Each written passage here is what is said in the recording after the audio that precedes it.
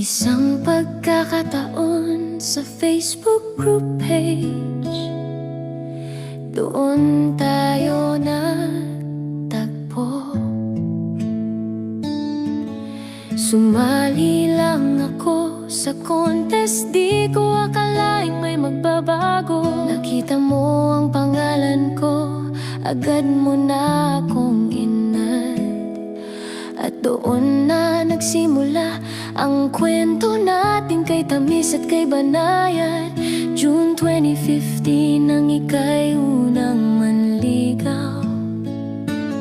Sa Facebook live mo ko hinaharana, puso ko iyong tinawag. Unti-unti akong nahulog sa boses mong puno ng lambing. Kaya noong kaarawan mo sinabi kong oo, at ikaw ay naging akin. LDR man tayo, di tayo nag-away.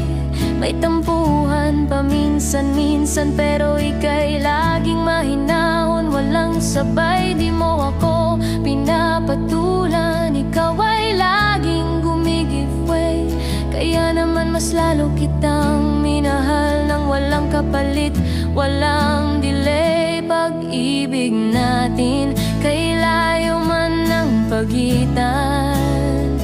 Tinawid ang buwan, taon, pati kalungkutan, hanggang sa araw na nagkita tayo, December 2017. Doon ko na lamang ikaw pala ang tahanan kong hinahanap rin. Pag-ibig na di kayang tabunan ng agwat, ikaw at ako sa huli, tadhana ang nag-angat. Umuwi akong muli November 25, 2018. At noong January 10, 2019, sa Las Piñas tayo'y pinagbuklod ng kapalaran natin. Sa harap ng judge, binitawan ng pangako na kahit anong hirap ang dumating, ikaw at ako ang magtatagpo.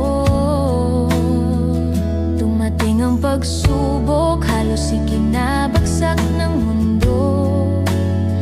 Nagkasakit ka ng maluba, pero lumaban ka para sa atin, para sa puso ko. Sa awa ng Panginoon, natapos ang dialysis mo, at tayong dalawa'y mas tumibay pa sa lahat ng pinagdaanan nito. Pag-ibig natin kay layo man ng pagitan.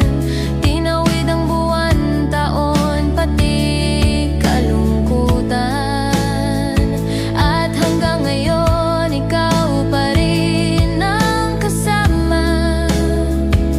Ikaw ang kwento ko, ang dasal ko, ang tunay kong sinta.